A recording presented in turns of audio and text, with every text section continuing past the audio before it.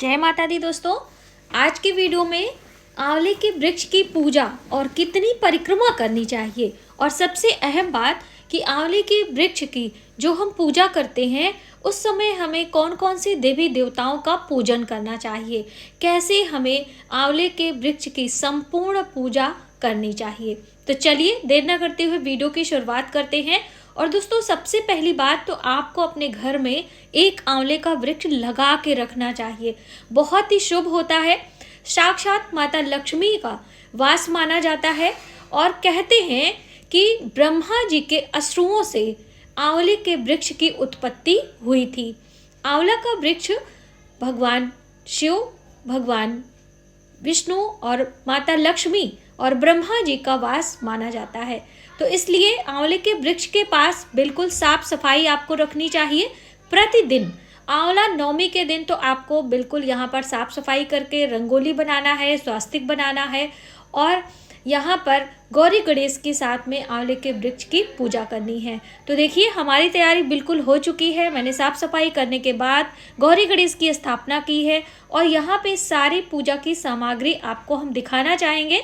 ये है पूजा के लिए पुष्प, कुछ माला, और यहाँ पर एक थाली में मैंने हल्दी, कुमकुम, अक्षत और पूजा के लिए जल, साथ ही सिंदूर और कुछ श्रृंगार की सामग्री। तो ये बेसिक चीज़ें हैं। एक घी का दीपक और साथ में धूप दीप। यहाँ पर ये कुछ फल हैं मौसमी और कुछ मिठाइयाँ हैं, बताशे भी आप ले सकते हो। इस तरह से सूक्ष्म चीज़ों के साथ में हम आंवले के वृक्ष की पूजा करेंगे और परिक्रमा करेंगे। दोस्तों, आंवले की जड़ में ब्रह्मा और विष्णु और महेश का वास होता है, इसलिए जड़ों में आपको जल से और कच्चे दूध, हल्दी वाला जल अवश्य डालना चाहिए।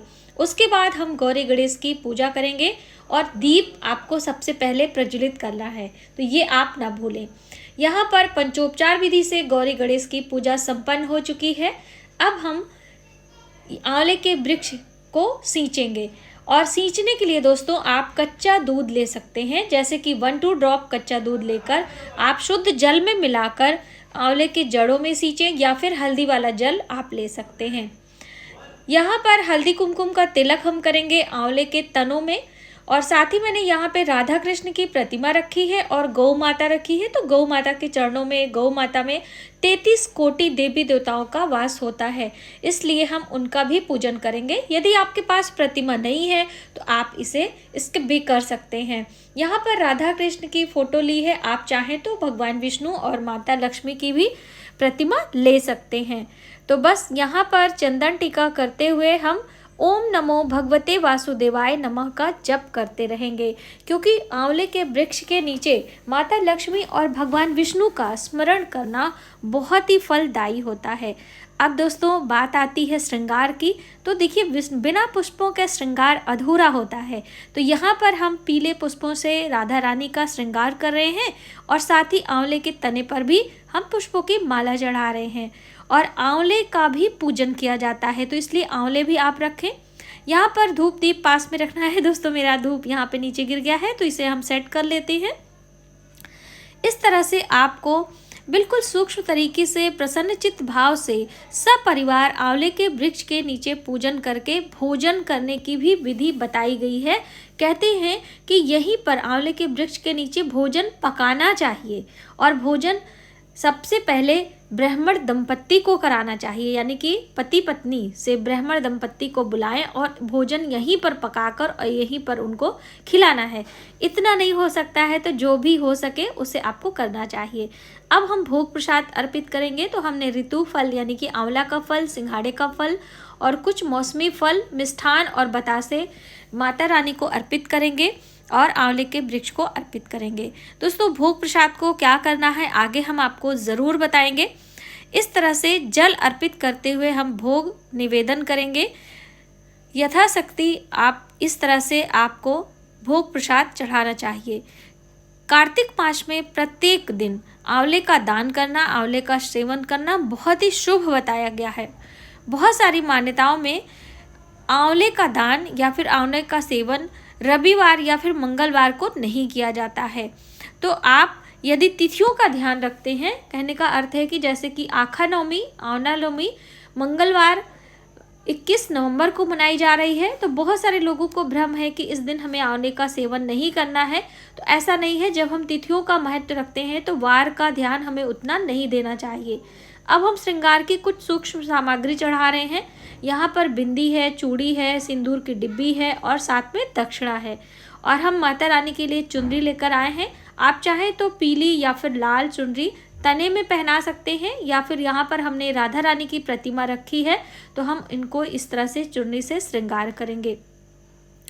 कुछ चीज़ें आप अपने हिसाब से ले सकते हैं। कोई ज़रूरी नहीं है कि जो वीडियो में आप देख रहे हैं सेम टू सेम आपको करना है। यहाँ पर घी से आरती करेंगे, यानी कि घी के दीपक से हम आरती करने वाले हैं। तो आरती में ओम नमो भगवते वासुदेवाय नमः या लक्ष्मी जी की आरती आप पढ़ सकते हैं। जब भी हम आंवले के वृक्ष के नीचे, दोस्तों आप देख सकते हैं ये हमारे घर का आंवला है और हम अपने घर में गमले में लगा के रखे हैं। और जब पहली बार मैंने इसको लगाया था तब पर भी मैंने कार्तिक मास की जो है पंचमी तिथि पर इसे अपने घर पे रोपा था और नवमी तिथि में मैंने आपको पूजन करके दिखाया था। तो इस तरह से जो ये श्रृंगार की सामग्री है दोस्तों, हम आपको बताना चाहेंगे कि इसे बाद में, पूजा के बाद में जब आप ब्राह्मण दंपत्ति को भोजन कराते हैं अथवा आप उनको भोजन का दान करते हैं तो कुछ चीज़ें आप स्वयं ले लें प्रसाद स्वरूप। जैसे कि एक बिंदी स्वयं आप लगा लें, एक चूड़ी, 2 चूड़ी आप ले लें, बाकी सिंदूर की डिब्बी और ये जो चुनरी है, साथ ही चूड़ियाँ हैं, सिंदूर है, ये सारी भोजन के साथ में उस ब्राह्मण दंपत्ति को यानी ब्राह्मणी को आपको दान देना चाहिए।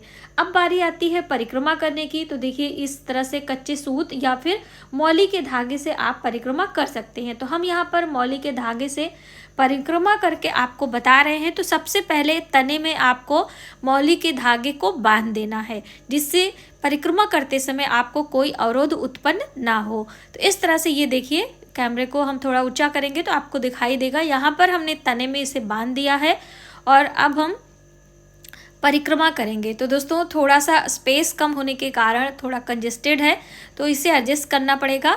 और इस तरह से आपको नवमी तिथि है तो 9 परिक्रमा, 11 परिक्रमा, 21, 108 की संख्या में परिक्रमा करनी है। और जितनी बार परिक्रमा करेंगे एक आंवला हम रखते जाएंगे, यानी कि आप इसी तरह से आंवले से परिक्रमा हम आंवला नवमी पर करते हैं। तो आप अपने हिसाब से 21, 11, 51, 108 की संख्या में आंवले का दान या फिर आंवले का परिक्रमा कर सकते हैं। दोस्तों आंवले का दान बहुत ही शुभ होता है। आप ब्राह्मण को दें, मंदिर में दें, शिवलिंग पर चढ़ाएं, किसी को भी आंवला नवमी के दिन आंवले का दान आप ज़रूर करें। जितना आपका सामर्थ्य हो उतना आंवले का दान करना चाहिए। या आपसे नहीं हो सकता है तो आप मार्केट से रेडीमेड आंवले का मुरब्बा मार्केट में आता है, उसे भी लेकर आप दान कर सकते हैं। आप ऐसे स्थान पे रहते हैं जहाँ पर ये सारी सुविधाएं नहीं हो सकती हैं, तो आप सिर्फ आंवले का मुरब्बा खरीद कर दान भी कर सकते हैं। अब यहाँ पर जब हमारा ये परिक्रमा समाप्त हो जाता है तो यही तने में सारे जो मौली के धागे हैं हम यहीं पर छोड़ देंगे। मौली के धागे या कच्चा सूत जब भी हम परिक्रमा देते हैं तो कभी तोड़ना नहीं चाहिए, ठीक है। तो ये चीज़ें आपको ध्यान में रखनी है। अब यहाँ पर हमारी परिक्रमा समाप्त हो चुकी है और हमें करनी चाहिए आरती। तो आपको आरती आप चाहे कपूर से कर लें या फिर घी की बाती लगा के कर लें, जैसे भी आपसे बन पड़े आपको यहाँ पर आरती करनी है। तो हम लक्ष्मी माता की आरती कर रहे हैं। जय लक्ष्मी माता, यही वाली आरती बोलनी चाहिए।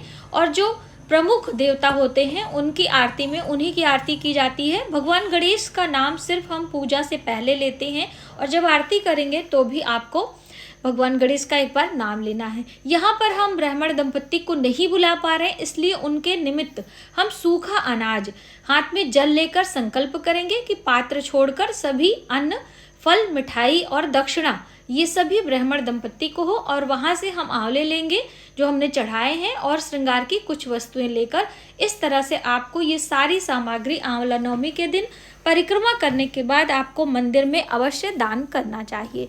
और स्वयं वहाँ पर भोग प्रसाद आप अपने पूरे परिवार के साथ में मिलकर या अकेले जैसे भी आपसे हो सके आंवला नवमी के दिन कुछ भोजन आंवले के वृक्ष के नीचे ज़रूर ग्रहण करना चाहिए और जो भी आपको वहाँ पर मिले उसे भी प्रसाद वितरित करना चाहिए।